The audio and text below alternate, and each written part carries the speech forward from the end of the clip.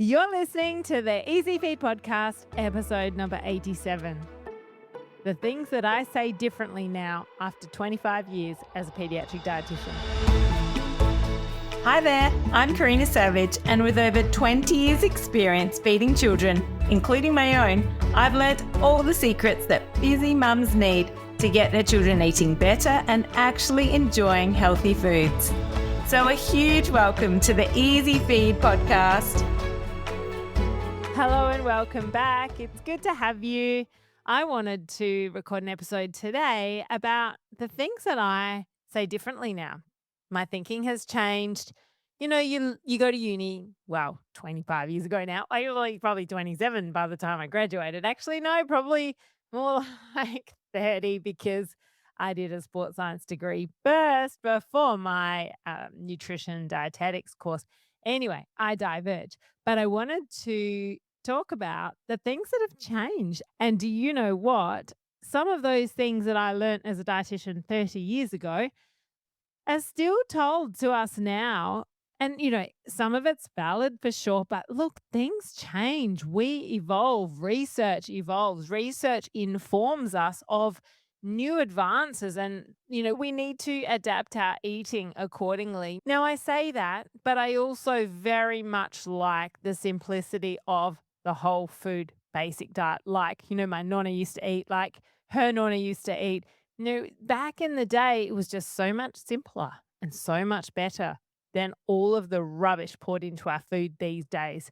So, whilst I say we do need to move with the science and we do need to move with what is better and what's worse for us, I also believe that we almost need to unwind and unlearn a lot of what we've been told over the last 20 years because if we just went back to basics like 100 years ago, 200 years ago, we'd probably all be a lot better off.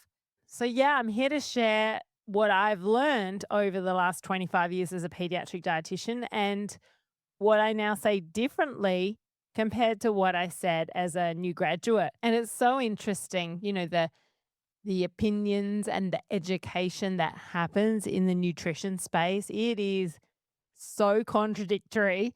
One person will tell you that one thing's healthy for you, and then the next thing you see, someone else is saying that is unhealthy for you. And it can be so confusing for so many people because you just don't know who to believe, right?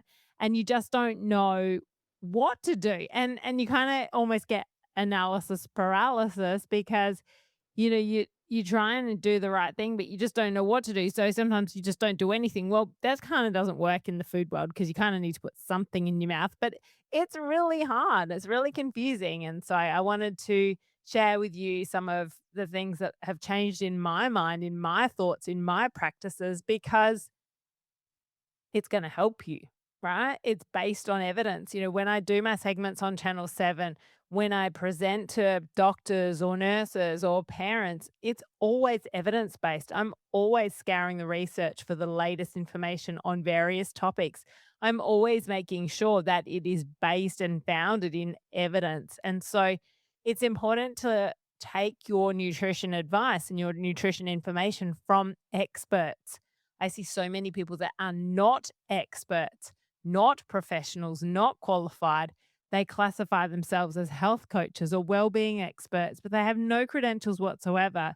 But yet they are educating parents just as professionals would be educating parents. And it's dangerous. And so just be careful of who you listen to because the professionals will always base their advice based on evidence, whereas the others don't need to. They don't need to abide by a code of ethics, just like doctors and dietitians need to. So there's a little, not a warning, but just, you know, something to be aware of because I just want to make sure that you're getting good quality nutrition advice, that's sound advice that's going to work and not be potentially dangerous for your family and actually be helpful. So what's one thing that has changed over the years? Well, to be completely honest with you, for a lot of my early days as a dietitian, I was told that margarine was better for you than butter. And look, there's a reason why for so many years, and you'll probably still hear this from some dietitians, they'll say that margarine is better than butter. And the reason they'll say that it's better than butter is because it has more what we call unsaturated fats compared to butter, which has more saturated fats. Now, I'm not a fan of the dairy industry anyway. I hate it. I hate the cruelty that occurs. So I don't actually love having a lot of dairy anyway. But we do use butter, and my daughter uses butter in cooking. I'll try and move over towards coconut oil where possible. But look, we do have butter in the house. But the thing is, margarine was something that was in our house for so many years because that's what I was taught was better than butter because it was higher in unsaturated fats. It was so funny. The other day, I saw something online. It was on Instagram. It was a reel, and it was a dad. I think it was a dad or as a guy who's, into health. And he was like, thank you so much, Food Standards, for putting a 4-star health rating on this margarine. And the margarine had like about, I don't know, 25 ingredients, and it was additives and preservatives and colors and all this rubbish. And he was basically saying, thank you so much for telling me that this highly, additive rich, highly processed fake food that's colored yellow is healthier for me than butter, which is basically just churning dairy cream. So you will still see people telling you that margarine is better for those reasons. And don't get me wrong, saturated fat is linked to elevating cholesterol and increasing fatty deposits in the arteries. So I'm not saying go out and have lashings of butter on your toast because that's probably not healthy. We weren't really made to eat dairy products beyond weaning from our own mother breastfeeding. So from an evolutionary perspective, I don't think we're meant to have butter and lots of butter. But anyway, I think if you were to choose a spread to put on your toast, butter is a much better option in moderation because it's much closer to nature than margarine. Margarine, you can't even consider calling a food. Butter comes from dairy at least. So, people would say, oh, but margarine comes from seeds and oils, but it's so far removed from that seed that came out of the ground. It's incredibly far removed. So it's so highly processed, it's inflammatory. So there you go. That's one thing that has significantly changed for me over the years in terms of how I'm educating patients that I work with in my clinic, because it's important that they know what to choose and that they know what is better for them or their child. So that would be one of the things that's definitely changed. Another one is I still remember standing in my mother's kitchen when I was still living at home. I was a student, as a dietitian student, and she was just standing in the kitchen. She's an Italian background, making the pasta sauce that my nonna had always made and my mum always made. And I remember getting stuck into her about how much oil she was putting in the pan when she was browning the onions. And that just now makes me cringe on the inside because I use so much olive oil now in cooking, and we put it on our avocado on toast. Avocado is just so good for you for so many reasons. I now no longer fear putting too much olive oil into a pan, and I now do the opposite. And we go through, I buy it by like the 3 liter tin because we just use so much of it. So that's another thing that's very much changed for me. If, all those years that we were taught low fat, low fat, low fat, rubbish. Okay. It's not low fat, it's low bad fats. And the bad fats are all the processed fats that are in like Hungry Jack's and McDonald's and KFC and all of those highly processed, unhealthy foods. They're bad fats, sure. But healthy fats like extra virgin olive oil and fish and nuts and seeds, why on earth should we limit those if we're eating to appetite and eating to what we need? Why on earth would we be limiting something that is plant based and so nutrient rich and so good for our gut health as well? So, the polyphenols in extra virgin olive oil nourish our gut cells and nourish our microbiome. So, it's doing way more than we even realize. And for children, healthy fats are essential for growth, development, brain health, and they also help to keep them fuller for longer, especially if you're pairing it up with white foods. So, as I said, I do not worry about those healthy fats anymore. I respect them, I revere them, and I use them plentifully. Okay, another thing that I used to think was okay, and now I'm like, nah, this is not okay, is food additives, especially for things like preservatives. I used to think, oh, and this again, this is another thing that we got taught. If the food standards allow it, it's deemed safe, then the amounts that we would be consuming is so minuscule. They've tested them, they've done all the safety studies. And if the food standards allow it, then it's safe for our consumption. Well, that's what we learned, right? And that's what I thought for many years. But the more and more I learn, and again, this is keeping up with all the latest evidence. And this is the kind of thing that we talk about inside my membership with my members in our calls, in our private chat group, because it's important to know what the latest evidence is telling us. We don't want to be feeding our kids food that is going to increase their risk of cancer. And all the latest studies are pointing towards certain additives that will increase the risk of cancer. And this is an email that I actually sent out only 45 minutes ago to the members in my membership because I want them to be across all of the latest and know exactly what to feed their families. So, no, I don't think just because our food standards allow it that it is safe. To this day, if you went to Woolworths or Coles or wherever today, you will find food products on the supermarket shelf that will either increase risk of cancer, increase risk of stroke and blood clotting, increase risk of gut problems, and our food standards allow. And I think this is a real issue. And some of these foods have 5-star health ratings. Okay. So this is another thing that I mean, I don't think I've ever really kind of gone, oh, if it's got a 5-star health rating, then go for it. I've never been a real like health star rating advocate, but I certainly am not now because it's rubbish, right? Like companies know exactly how to, work the loopholes to get an extra star. In fact, probably I've always sung that song rather than the opposite. But in terms of the food additives, I always used to say, yeah, well, if they allow it in our food supply, they've tested it and it's deemed safe for human consumption, so it's fine. Don't worry about it. Whereas now I'm like, nah, hey members, specifically avoid these ones because these ones are higher risk. And I've got that. It's in my Supermarket Guru program, which is inside my membership. And you can access all of that. Just head to my website and you'll find more information there. So that's definitely another thing that I say differently these days. Food additives are not as safe as we used to think they were. And you even look at the blueberry scandal recently about how, the pesticides that are sprayed on our blueberries in Australia, in New South Wales, they tested them. And the levels of consumption of this banned. So this pesticide is actually banned in Europe, but we use it in Australia. Goodness knows why. And basically, if a child ate a cup of blueberries, they would exceed their safety toxicity levels in a day. And so this is crazy because kids sometimes would eat that amount. Kids love blueberries.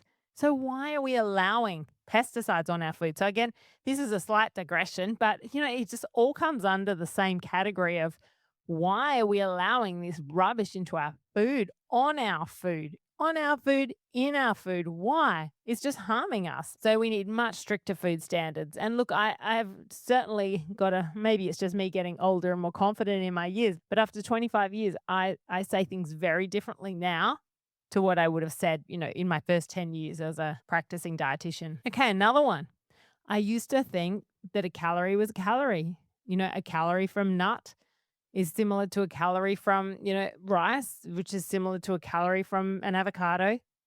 Well, that's changed in my mind. And, if you use MyFitnessPal, which is quite a crude analysis of, this amount of protein gives you this many calories, this amount of fat gives you this many calories. You can't say that because how that food is metabolized will completely change how many calories you end up with at the end of the day. Foods that are higher in fiber are more difficult to digest.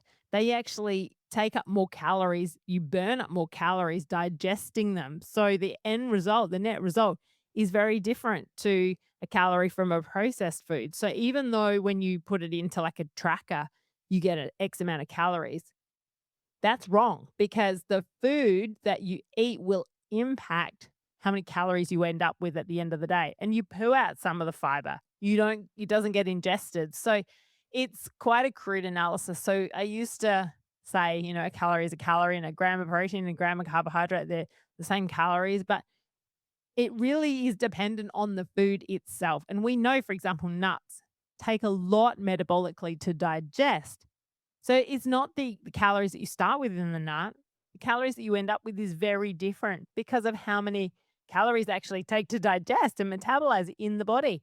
Nuts are so nutritious for us. So it's very different. So again, it's very different to what I learned at uni. And it's really important that as professionals, we do learn and evolve and understand food to the best of our ability. And that's why we have to keep up with all of this latest research. And that's why I love it. I'm a bit of a geek in that respect, but it's important, right? Because then I can help educate you guys on the latest. So we just need to be really mindful of calories, and not that I would ever want you to count calories in kids, but it's certainly something that has changed in my mind. So, a child eating 200 calories of ultra processed snack food is very different to a child eating 200 calories from a nutrient rich, fiber rich food. And this does certainly play a role in children who are overweight or obese. So, it's very important to understand the difference there. Okay, I've got one more for you and then I'll let you go.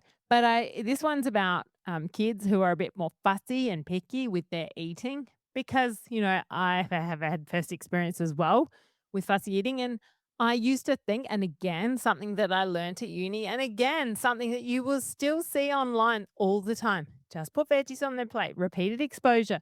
What did I learn at uni? It was something like a child has to have 15 exposures of a food before they will accept it. And then I remember before I had kids, I was sitting there in clinic with fussy eaters. And to be honest with you, when I was in clinic, like it was great. It was great to see the families, but I would almost not want to see them again in a few months' time because I would fear that nothing would have changed. With all my other consults, like, gut problems or, other complex medical problems, you knew that there was a really good chance, like an 80, 90% chance that things were going to be a lot better. But with fussy eaters, it's such a long game. I would be like, oh my gosh, I don't know if anything's going to have changed in a few months' time here. And, it's backed up by the evidence. Parents struggle with fussy eaters and repeated exposure of vegetables doesn't work. But I used to think, well, maybe that's what I got taught, that repeated exposure of vegetables was enough. But if it was enough, then why do we all have so much difficulty with getting our kids to eat more vegetables, right? I used to think picky eating was about the child, but it's so much more than that. It's exactly why I've created my whole feeding ecosystem framework, which is in my Fuzzy Eater program. Again, inside my membership, because it's so much more than just the child refusing food. And that's why putting vegetables on the plate every night won't necessarily get them to eat vegetables. So again, if you want more information about how you can fast track to getting your child to eat vegetables because this ain't working, then head to my website, nourishwithkarina.com, click on the link to learn more about joining my membership. And that way you're going to get access to all the information to fix things fast and understand how to actually get things moving in the right direction. My feeding ecosystem comprises 3 key components: the parent, the child, and the environment.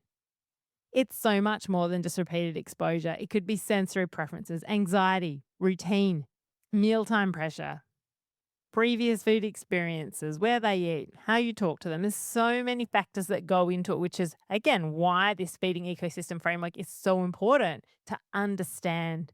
You can't just change the food or push the food. You need to change the system. And that's where things start really working. So there you have it.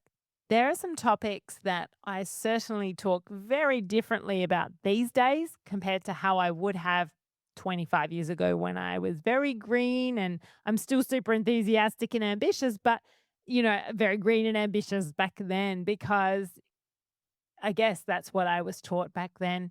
And I hope that's been helpful for you just to clear up a few perhaps myths, misconceptions, and to, I guess, go into the day slightly clearer on what is good and what is bad. And when you see, something spruiking, some sort of margarine, you'll think back to this podcast episode and go, maybe, maybe not.